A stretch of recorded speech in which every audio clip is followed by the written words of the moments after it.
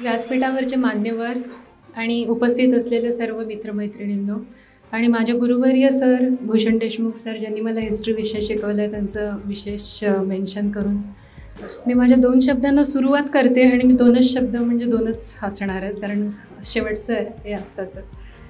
सगळ्यात पहिले UPSC civil सर्व्हिसेसला appear करण्याचं धाडस दाखवलेलं सर्व विद्यार्थ्यांचं मनपूर्वक अभिनंदन. इथे उपस्थित असलेल्या सगळ्यांचंच मनपूर्वक अभिनंदन कारण UPSC सिव्हिल सर्व्हिसेस ही जगातली 2nd most toughest competitive examination आहे.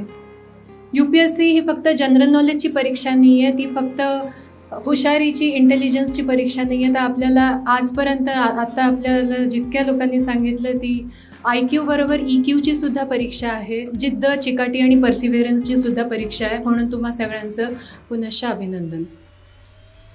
माझा छोटासा परिचय तुम्हाला सांगते. मी 2005ची BSc मॅथमॅटिक्स आहे, BA पॉलिटिकल सायन्स माझं 2005 सालीच झालं, डबल ग्रॅज्युएशन झालं. त्यानंतर 2008ला मी MA हिस्ट्री केलं. त्याच्यानंतर UPSCची परीक्षा पासच होत नव्हते आणि एखादी डिग्री घ्यायचीच होती म्हणून मी इथे पुण्यामधनंच परत बॅचलर ऑफ जर्नलिझम केलं.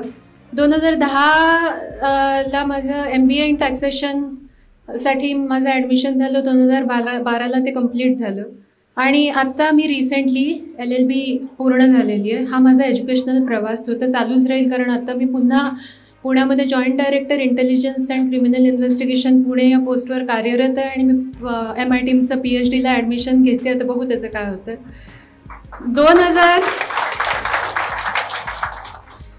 2006 सालच्या MPSCमध्ये माझं डेप्युटी CEO ठाणे म्हणून सिलेक्शन झालं होतं. 2008च्या MPSCमध्ये डेप्युटी कलेक्टर म्हणून सिलेक्शन झालं होतं. माझ्या कॅटेगरीमध्ये मी महाराष्ट्रामध्ये पहिली होते. 2010मध्ये मी UPSC सिव्हिल सर्व्हिसेस क्रॅक केली होती आणि IRS ITच्या पोस्टवर मी होते. आत्ता मी दोघींना विचारलं, दोघी IRS कस्टम्स आहेत. दोघींचं 2 दिवसानंतर ट्रेनिंग आहे. पहिले फाउंडेशन कोर्स आहे आणि नंतर फरीदाबादला दोघी एकत्र असणार आहेत, माधुरी आणि पूजा.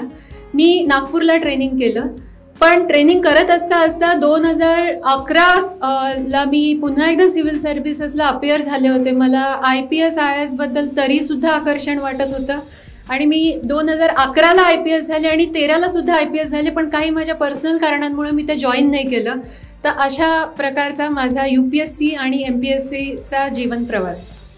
एवढी छोटीशी इंट्रोडक्शन दिल्यानंतर तरीसुद्धा मला या व्यासपीठावरनं तुम्हाला सांगावं असं वाटतं की एक विचारपूर्वक विधान करावं असं वाटतं की माझ्यासारखी मुलगी जर UPSC आणि MPSCमध्ये यश प्राप्त करू शकते तर तुमच्यापैकी कोणीही करू शकतं.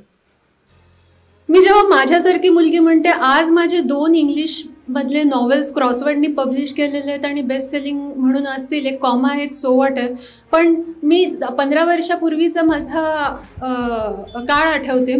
मी मराठी मीडियमची विद्यार्थिनी होते आणि मला इंग्लिश काहीच येत नव्हतं. मला आठवतं मी SP कॉलेजमधून BSc मॅथमॅटिक्स करत असताना SPच्या रस्त्यांवर बसायचे आणि तिथे मी फ्रंटलाईन मासिक वाचत बसायचे. मला त्या मासिकातल्या प्रत्येक ओळीमध्ये 2 शब्द तरी आढायचे आणि मी तिथं स्टिकर लावून कसं वाचायचे. त्यानंतरच्या 2 वर्षानंतर मला फ्रंटलाईनचं प्रत्येक पान 2 मिनिटात वाचता येतही असेल पण चिकाटी आणि जिद्द हे असल्याशिवाय ते झालं नसतं. माझ्यासारखी कॅन्डिडेट मी यासाठी म्हणते कारण माधुरीचंही उदाहरण आहे, पूजाचंही उदाहरण आहे आणि भारतीय समाजव्यवस्था ही पुरुषप्रधान आहे आणि कितीही म्हटलं तरी मुलींना खूप चॅलेंजेस येतात अशा कॉम्पिटिटिव्ह एक्झामिनेशन्सला अपियर होताना आणि मी सुद्धा एक मुलगी होते. भारतीय समाजव्यवस्था ही ब्राह्मण, क्षत्रिय, शूद्र आणि वैश्य अशा 4 वर्णांमध्ये विभागली गेलेली आहे आणि मी शूद्र वर्गातली विद्यार्थिनी होते. माझे आईवडील, माझी आई हाऊसवाईफ होती आणि माझे वडील ज्युनियर इंजिनियर म्हणून MSCBमध्ये जॉईन झाले होते. माझ्या आजोबांचं पत्र्याचं घर होतं आणि माझ्या बाबांच्या पायामध्ये चप्पल नव्हते जेव्हा ते शाळेला होते. आत्ता माझे बाबा चॅरिटी करताना तुम्हाला दिसत असतील. पण अशा बॅकग्राऊंडमधून माझ्या आईवडिलांनी UPSCचं स्वप्न बघितलं. मी त्यांचे मनपूर्वक धन्यवाद. त्यांनी ते स्वप्न बघितलं त्यामुळे मी आज पूर्ण करू शकले आणि मी जर करू शकते तर कुणीही करू शकतं.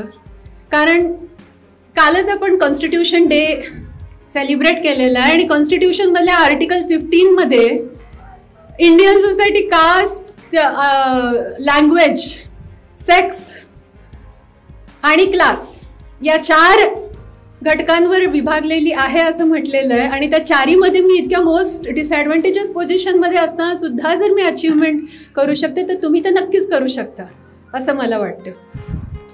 UPSC हा खूप मोठा संघर्ष आहे. UPSC हे खूप मोठं गॅम्बल आहे.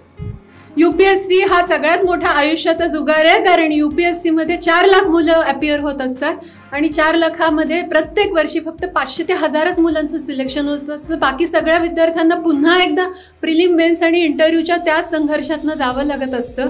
पण तरीसुद्धा it is the gamble which is most worth to play असं मी यासाठी म्हणेन, कारण UPSC ही एकच अशी करिअर ऑपॉर्च्युनिटी आहे ज्याच्यामध्ये आपल्याला पैसा, सोशल स्टेटस, जॉब सिक्युरिटी आणि ऑपॉर्च्युनिटी टू सर्व कंट्री या 4ही गोष्टी एकत्र करता येतात.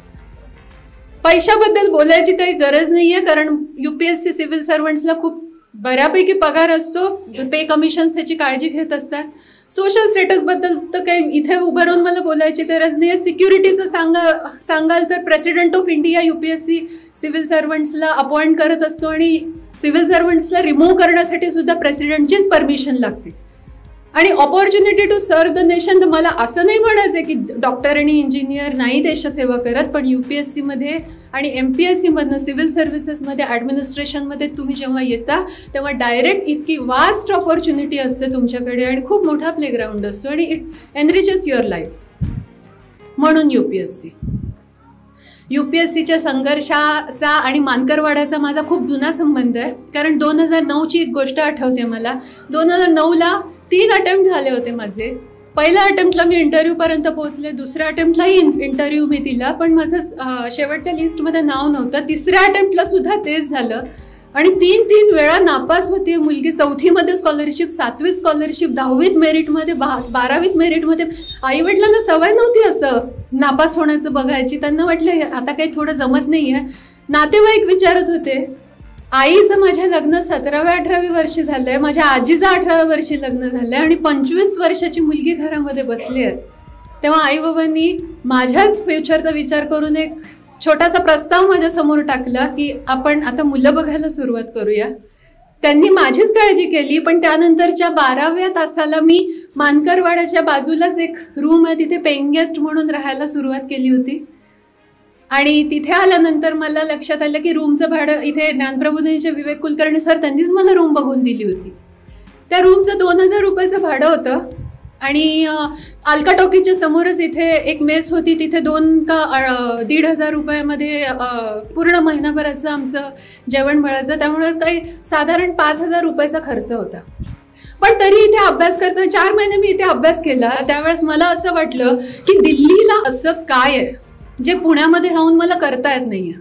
काय होतं ना, एकदा फेल्युअर यायला सुरुवात झाली की ते आपलं नसतं, ते त्याचं कारण आपण इकडे तिकडे शोधत असतो. म्हणून मला एकदा दिल्लीला जाऊन बघायचं होतं आणि ते मी आता तोपर्यंत मी गेले नव्हते. 3 इंटरव्ह्यू फक्त इंटरव्ह्यूसाठी गेले होते. मग दिल्लीच्या अकॅडमीमध्ये मी शेवटी गेले, कारण मला युनिक अकॅडमीमध्ये भूषण देशमुख सरांनी मला हिस्ट्री शिकवलं होतं आणि ते इतक्या चांगल्या पद्धतीने शिकवलं होतं की मी 2nd अटेम्प्टला जरी पूर्णपणे उत्तीर्ण झाले नसले तरी 2nd अटेम्प्टला मी भारतातनं हिस्ट्री विषयात पहिली होते देशात.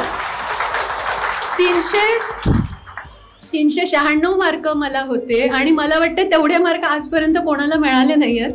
त्यामुळे यासाठी सरांचं आणि सिनर्जीच्या अतुल लांडे सरांचं हे माझे मार्क त्यांच्यामुळेच आहेत. मला बाकी कोणीच शिकवलं नाही आहे हिस्ट्री आणि माझं ते कधी बॅकग्राऊंडही नव्हतं. मी BSc मॅथमॅटिक्सच केलं होतं. नंतर MA हिस्ट्री केलं UPSCचं हिस्ट्री शिकून झाल्यानंतर.